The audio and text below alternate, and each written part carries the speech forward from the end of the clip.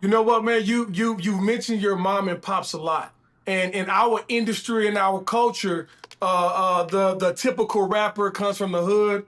No mom and daddy. Dot dot dot dot. Sold drugs, did whatever. But talk about the influence of you having both of your parents and how you specifically rap to a different demographic of people, but everybody rock with you like from the dope dealers to the two parent guys. But you mentioned your mom and pops a lot, bro. Like, talk about that.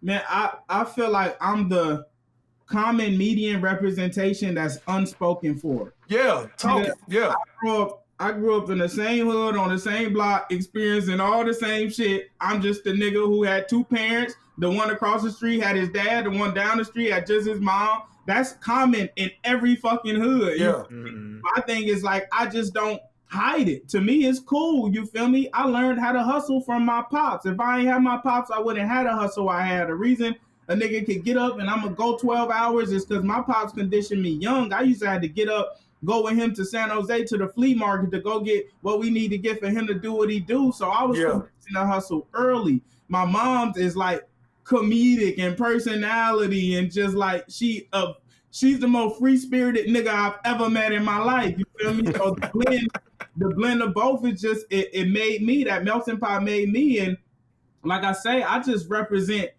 the niggas that I feel like we see every day that I grew up yeah. with that you just don't get to experience on the hip hop spectrum. Everybody either hella hard or hella rich or hella this. And I'm like, man, I'm just the nigga that I am. That, you feel me? I go on walks in my neighborhood and I see niggas like me often because we there. We grow up there too. We just not represented in the media side as much, or niggas don't claim it or show it. But for me, it ain't nothing to hide or run from. Like, I like standing in the fact that I'm myself.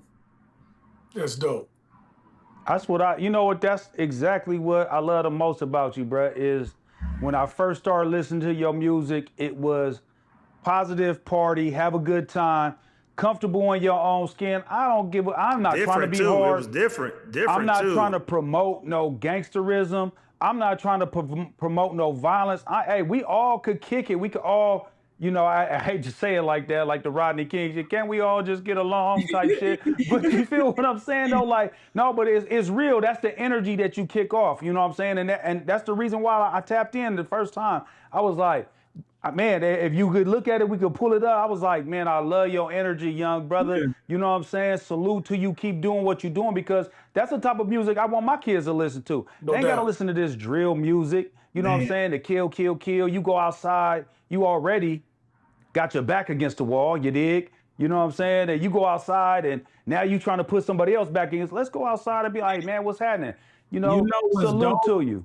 I realized that I was filling the void that, I never was trying to purposely fill or didn't even realize was necessary. And now, like, when I go do a show, I see 5-year-olds and I see 65-year-olds and I see white, black, Mexican, and Filipino, every race, every age in one space celebrating music. And I ain't never witnessed that. Usually it's like if you go to a concert on some bass shit, like you gonna see a certain demo. You don't Oh, see 5-year-olds, mm-hmm. 5-year-olds, and 30-year-olds. Like, families come to my show, granny, mama, child, grandchild type shit. And we ain't seen that in so long. I got to experience that, and everybody feels safe and comfortable. And it just made me realize how necessary that was. Like, it was a void that was missing.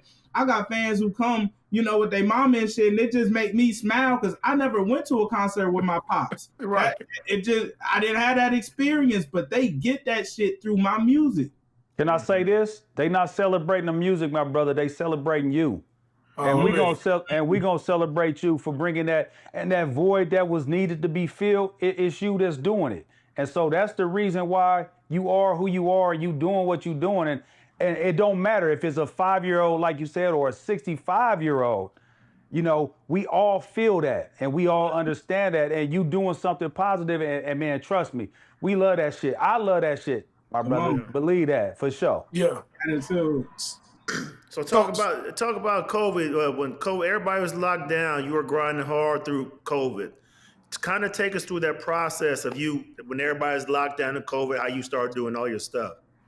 Man, crazy as shit. 2019, right before COVID hit, we was getting so much momentum. I had wrote like a project for one of my homies and it started moving and just, we was doing more show. The end of 2019, we had a meeting and we was like, nigga, we finna turn this bitch up 2020. I'm finna do this. I started booking venues and shows. Nigga, 2020 hit by like February, March. They announced that shutdown. I said, nah, this shit just gonna be a week. We good. Man, that shit hurt. Nigga had to pivot and figure it out. And man, during that time, one of my homies ended up getting like this shop, you know, that they were working out of. And she was like, man, you could just use the shop for whatever you need. And I start shooting like content in there. And the first piece of content I shot was for a song called Do That Little Dance. I had dropped an album called Field Effect 2. And I released it the next day and it went viral. And it was just like viral back then. It wasn't even really viral. I just thought it was viral then. How small I was, you feel me?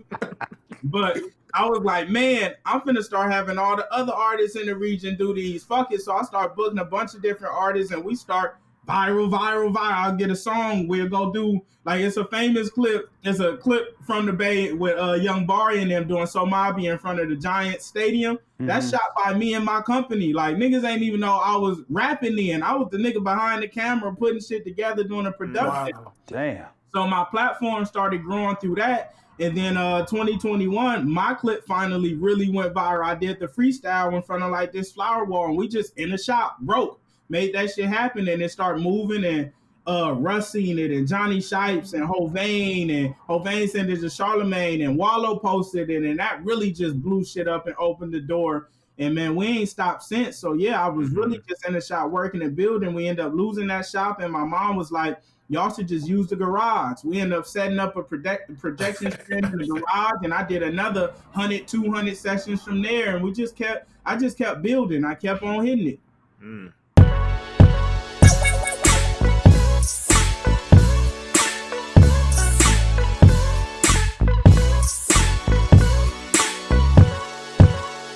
Straight game.